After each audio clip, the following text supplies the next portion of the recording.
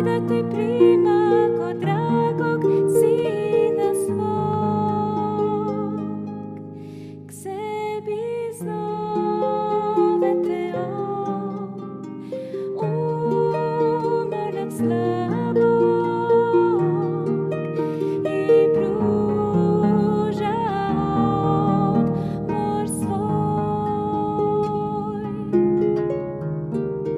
Zašto ostavljamo mi stazu života i zašto krenemo tad pogrešnim putem?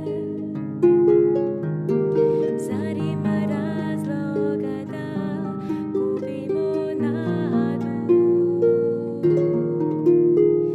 iako znamo da s njim prepreka nema?